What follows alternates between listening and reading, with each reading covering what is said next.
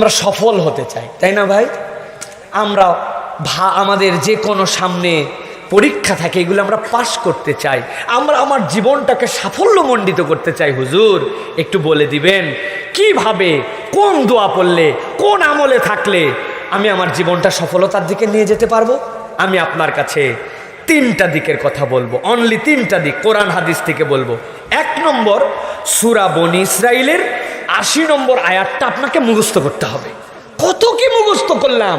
এই আয়াত বুকের মধ্যে, পকেটের মধ্যে লিখে রেখে দিবেন, সুন্দর করে একটা কাগজের মধ্যে ভাঁজ করে অজু অবস্থায় খুলে একটু পরে কয়েকদিনের মধ্যে শিখে নেবেন। আল্লাহর কাছে সফলতার 1 নম্বর দোয়া, যে দোয়া আমরা করি না, রব্বি আদখিলনি মুদখালা সিদকিন ওয়া আখরিজনি মুখরাজা সিদকিন ওয়াজআলনি মিন লাদুনকা সুলতানান নাসীরা। সুবহানাল্লাহ। আয় আল্লাহ, যেখানে কল্যাণ আছে ওই জায়গাতে আমাকে ঢুকাবেন। ঢুকানোর মালিক কে? শিখাচ্ছেন কে?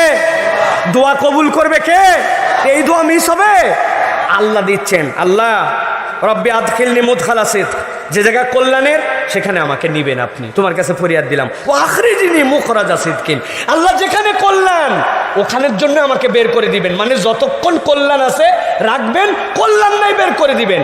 আর আল্লাহ আপনার কাছে একটা ফরিয়াদ দিলাম, ওয়াজআলনি মিন লাদুনকা সুলতানান নাসীরা, আল্লাহ যেখানে আপনার অবশ্যম্ভাবী পাওয়ার আছে, আপনার ক্ষমতা আছে, কল্যাণ আছে, আল্লাহ ওইটা আপনি আমার নসিবে দিয়ে দিবেন। সুবহানাল্লাহ। আল্লাহ শিখিয়েছেন, পারবেন এটা মুখস্থ করতে? বিপদে পড়ছেন, পরীক্ষা দিচ্ছেন, চাকরিতে বরকত হচ্ছে না, কি করব সিদ্ধান্ত নিতে পারছি না, সামনে আমি কি করব, অশান্তি মনের মধ্যে, পরিবারে বিভিন্ন কিছুতে, আল্লাহর কাছে দোয়া করবেন। সূরা বনী ইসরাইল 80, 1 নম্বর আমল।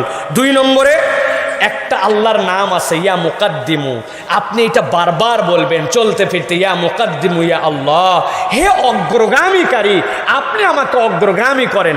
আল্লাহর এই নামের ওসিলায় আল্লাহ আপনার যত বাধা বিপত্তি আল্লাহ দূর করে দিবেন ইনশাআল্লাহ। ওয়ালিল্লাহি আসমাউল হুসনা, আল্লাহর সুন্দর নাম আছে। আল্লাহ বলছেন আমার নাম ধরে ডাকো, আমি তো এই নামই দিয়েছি ডাকার জন্য। তুমি রাজ্জাক বলে ডাকলে রাজ্জাকের ধন ভাণ্ডার তোমার আসবে। আপনি বলছেন ইয়া মুকাদ্দিমু, আপনি না অগ্রগামীকারী, আমাকে অগ্রগামী করেন। সুবহানাল্লাহ বিহামদি। 3 নম্বরে একটা দোয়া আপনাকে শিখতে হবে। কঠিন কাজ সহজ করতে চাই, আমাদের কাজটা সহজ হচ্ছে না, কেন যে এরকম হচ্ছে? দেখতে পাচ্ছি হয়ে যাবে, পাওয়া জিনিসটা পেলাম না, হয় না? এই আমলটা আমাদের নাই।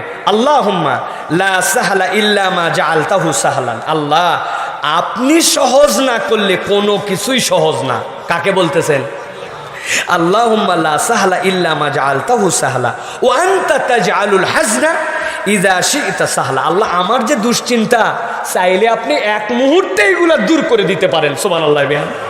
আল্লাহর কাছে বান্দা যখন এই দোয়া করে, আল্লাহ তার কঠিন কাজ সব সহজ করে দেন। সুবহানাল্লাহ। আর এই 3 দোয়া লাইফে এফেক্ট করতে হলে একটা অভ্যাসের মধ্যে থাকতে হবে, লাইফে ইহতিসাবের উপরে থাকতে হবে। যা ইচ্ছা তাই লাইফ নয়।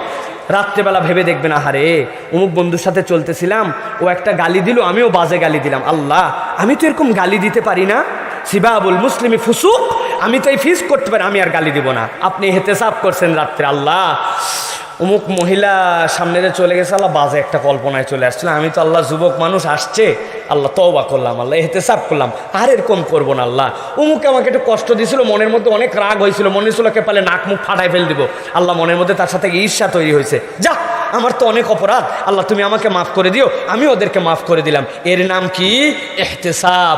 বান্দা যদি এই ইহতিসাব করে, আল্লাহ রাব্বুল আলামিন ওই বান্দার সব পথগুলো সহজ করে দেন।